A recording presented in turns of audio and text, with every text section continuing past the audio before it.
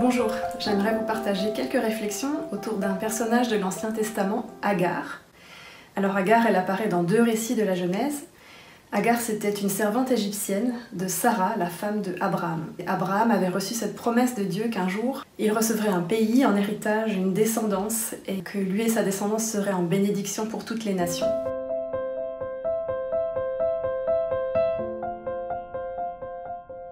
Le problème, c'est que Abraham et Sarah ne pouvaient pas avoir d'enfants.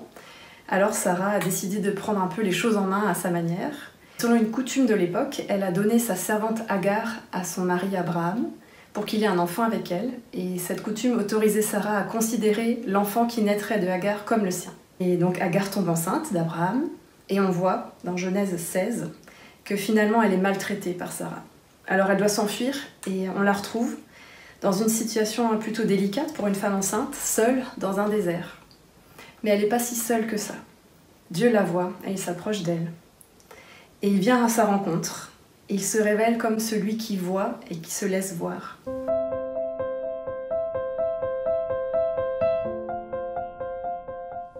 Et il lui manifeste de la tendresse et de la bienveillance.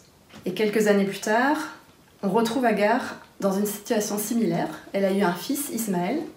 Mais de nouveau, elle est chassée du foyer de Abraham et Sarah. Et de nouveau, elle se retrouve dans un désert avec son fils et elle est désespérée, à court d'eau. Et elle préfère laisser son fils un peu plus loin et s'écarter pour ne pas le voir mourir de soif. Mais encore une fois, Dieu se révèle à elle, Dieu vient à sa rencontre. Et il lui montre qu'il est celui qui l'entend et qui lui parle. Et il y aurait beaucoup de choses à dire sur ces 2 passages, mais j'aimerais juste vous partager 2 choses qui m'ont marquée. La première, c'est ce que j'apprends à nouveau sur Dieu. Dieu, il est attentif. Il voit, il entend. Il vient à la rencontre de Agar. Il n'est pas distrait, il n'est pas indifférent, il n'est pas absent. Il se préoccupe d'elle, de ses besoins. On pourrait se dire que Agar, c'est pas un personnage très important dans la Bible. C'était une esclave, son fils Ismaël, c'est même pas l'enfant de la promesse. Pourtant, Dieu, il a choisi de se révéler à elle d'une manière vraiment toute particulière. Et peut-être que parfois on se considère nous aussi comme des personnages secondaires, sans importance, sans mérite. On a l'impression que personne ne s'intéresse à nous, à nos déceptions, à nos luttes. Mais à travers la Bible, Dieu démontre qu'il s'intéresse à chacun. Il nous voit et il nous entend, même dans nos silences, même quand on crie de désespoir. Il est là. Non seulement il nous voit et il nous entend, mais il s'approche de nous et il se révèle. Il choisit de se faire connaître à nous, par sa parole, par Jésus-Christ, par son Esprit Saint. Et la deuxième chose que j'apprends dans l'histoire d'Agar, c'est à la lumière de qui Dieu est, je me vois comme moi je suis. Alors que Dieu, il est attentif, attentionné, présent pour chacun. Moi, je suis bien souvent distraite, je suis bien souvent distante ou absente, ou même complètement indifférente à ce que vivent les gens autour de moi. Et aujourd'hui, notre attention, elle est volée par toutes sortes de choses. Vous êtes peut-être un peu comme moi. Dès le matin, vous pensez à la liste de choses que vous devez accomplir. Dans la journée, vous vous connectez plusieurs fois à l'actualité ou aux réseaux sociaux pour voir ce qui se passe dans le monde. Vous cliquez sans trop réfléchir sur la prochaine vidéo qui vous est proposée sur YouTube ou sur Netflix. Vous sursautez, vous courez sur votre téléphone à la moindre notification ou sonnerie pour être sûr de ne rien louper. Et c'est comme ça que notre attention se détourne de ce qui est vraiment important, de Dieu et de notre prochain.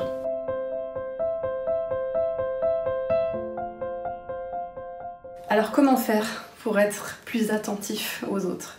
Comment faire pour ressembler davantage à notre Père Céleste?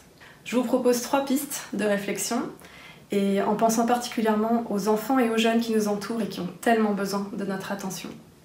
La première piste, c'est simplement d'écouter de manière intentionnelle. Tout comme Dieu a écouté, il a entendu Agar, ses cris, les pleurs de son enfant, nous aussi écoutons les jeunes autour de nous. Prenons l'initiative dans notre relation avec eux, de poser des questions et de vraiment les écouter, de reformuler pour être sûr qu'on a bien compris ce qu'ils ont dit. Coupons aussi toutes les distractions qui pourraient survenir. Par exemple, si on décide de passer un moment avec son enfant à la maison, on pose son téléphone, on éteint la sonnerie, on le pose même à l'envers pour pas voir les notifications qui pourraient apparaître, ou même carrément on désactive les notifications de notre téléphone. Ou bien à la sortie de l'église, si on veut discuter avec un jeune, on le prend à part dans un endroit où on risque moins d'être interrompu, ou bien on lui propose de l'appeler pendant la semaine pour être sûr d'avoir du temps et toute notre attention pour l'écouter. Écoutons de manière intentionnelle. La deuxième piste, s'intéresser vraiment à l'autre, venir là où il est, venir à sa rencontre. Tout comme Dieu il l'a fait avec Agar, il l'a rejointe là où elle était.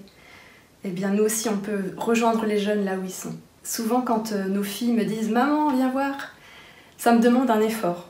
Je dois arrêter ce que je suis en train de faire, je dois pas juste écouter d'une oreille distraite ce qu'elles disent, mais vraiment venir, monter l'escalier ou le descendre et aller là où elles sont pour voir ce qu'elles veulent me montrer. Et avec les jeunes, ce sera pareil, ça va nous demander peut-être un peu plus d'efforts.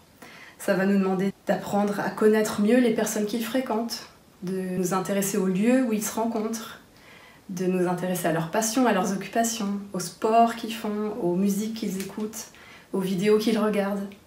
Et puis, ça va nous demander peut-être de faire des recherches, de nous documenter sur ce qui les touche. Par exemple, en écoutant des podcasts sur la jeunesse ou en lisant des articles ciblés qui parlent des enjeux qui les concernent. Intéressons-nous vraiment à ce qui fait leur vie. Et enfin, ça devrait découler des 2 pistes précédentes, donc les écouter, les rejoindre là où ils sont. Ce qu'on peut encore faire pour être vraiment attentif, c'est agir. Dieu, il a écouté Agar, il l'a rejointe là où elle était et puis il a agi. Il l'a réconfortée, il l'a reprise, il lui a ouvert les yeux. Il a démontré concrètement sa sollicitude envers elle. Alors nous aussi agissons. Parfois ça se résumera à des actions ponctuelles, par exemple aider un enfant à faire ses devoirs, emmener un ado et ses amis au groupe de jeunes ou aller les chercher, ou bien préparer et apporter un repas à un étudiant dans le besoin.